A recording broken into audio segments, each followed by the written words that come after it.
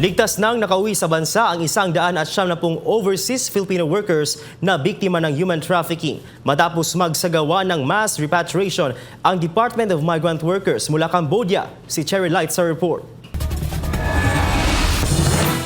Pasado alas 4 ng Huwebes ng madaling araw nang dumating dito sa Ninoy Aquino International Airport Terminal 1 ang mga repatriate. Ayon sa DMW, ang mga umuwing Pinoy ay mula pa sa iba't ibang scam hub sa Cambodia.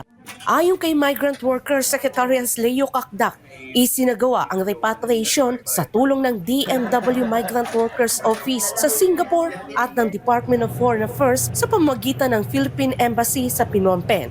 Naganap ang repatriation ng mga Pilipinong na-scam sa Cambodia matapos bumisita ang mga opisyal ng DMW noong New Year's Day upang suriin ang kalagayan ng mga OFW doon.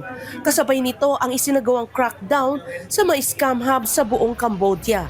Dahil dito, lumikas sa mga biktima at nagtungo sa kani-kanilang embahada. When the team came in New Year's Day, sumabay, siya namang nangyari yung crackdown sa mga scam hubs all across Cambodia, aggressive crackdown ng Cambodian authorities. Tiniyak naman ng DMW na makatatanggap ang mga umuwing OFW ng komprehensibong tulong mula sa iba't ibang ahensya ng pamahalaan, kabilang ang agarang tulong, pinansyal at welfare assistance mula sa DMW at OWA, serbisyong medikal mula sa Department of Health, psychosocial support mula sa DSWD at legal assistance mula sa DMW Migrant Workers Protection Bureau at IACA Task Force.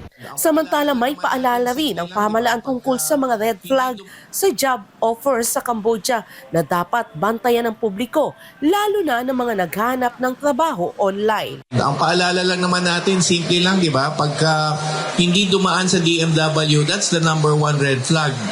Wala ka nakitang nasilayang license recruitment agency ng DMW o kahit meron mang recruiter, i-double check kung lisensyado talaga kasi minsan may peking lisensya.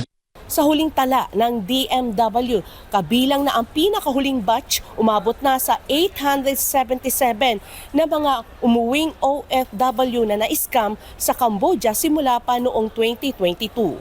Para sa Diyos at sa Pilipinas kung mahal, Cherry Light, SMNA News.